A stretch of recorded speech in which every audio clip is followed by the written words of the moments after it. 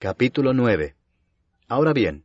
aún el primer pacto tenía ordenanzas de culto y un santuario terrenal, porque el tabernáculo estaba dispuesto así.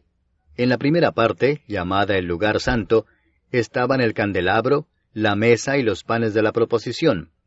Tras el segundo velo estaba la parte del tabernáculo llamada el lugar santísimo, el cual tenía un incensario de oro y el arca del pacto cubierta de oro por todas partes, en la que estaba una urna de oro que contenía el maná, la vara de Aarón que reverdeció y las tablas del pacto, y sobre ella los querubines de gloria que cubrían el propiciatorio, de las cuales cosas no se puede ahora hablar en detalle. Y así dispuestas estas cosas, en la primera parte del tabernáculo entran los sacerdotes continuamente para cumplir los oficios del culto. Pero en la segunda parte, sólo el sumo sacerdote una vez al año, no sin sangre, la cual ofrece por sí mismo y por los pecados de ignorancia del pueblo, dando el Espíritu Santo a entender con esto que aún no se había manifestado el camino al lugar santísimo, entre tanto que la primera parte del tabernáculo estuviese en pie, lo cual es símbolo para el tiempo presente, según el cual se presentan ofrendas y sacrificios que no pueden hacer perfecto en cuanto a la conciencia al que practica ese culto, ya que consiste sólo de comidas y bebidas, de diversas abluciones y ordenanzas acerca de la carne, impuestas hasta el tiempo de reformar las cosas. Pero estando ya presente Cristo, sumo sacerdote de los bienes venideros, por el más amplio y más perfecto tabernáculo, no hecho de manos, es decir, no de esta creación, y no por sangre de machos cabríos, ni de becerros, sino por su propia sangre, entró una vez para siempre en el lugar santísimo, habiendo obtenido eterna redención.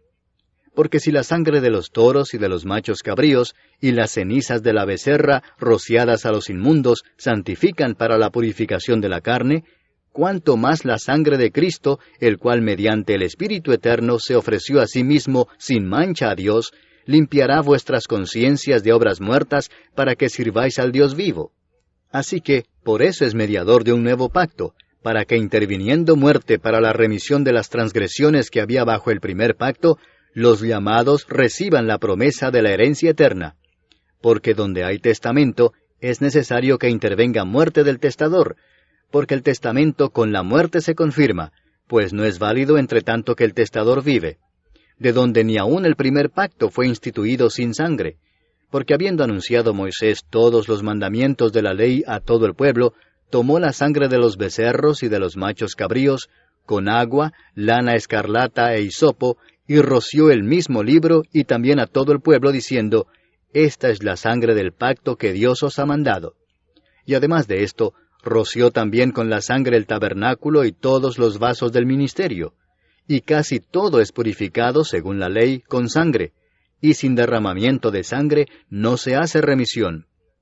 Fue pues necesario que las figuras de las cosas celestiales fuesen purificadas así, pero las cosas celestiales mismas con mejores sacrificios que éstos.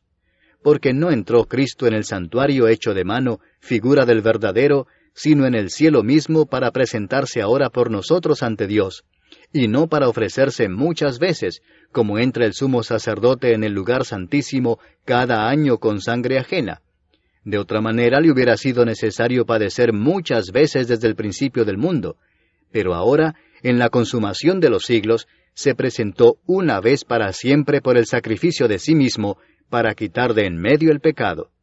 Y de la manera que está establecido para los hombres que mueran una sola vez, y después de esto el juicio, así también Cristo fue ofrecido una sola vez para llevar los pecados de muchos, y aparecerá por segunda vez sin relación con el pecado, para salvar a los que le esperan.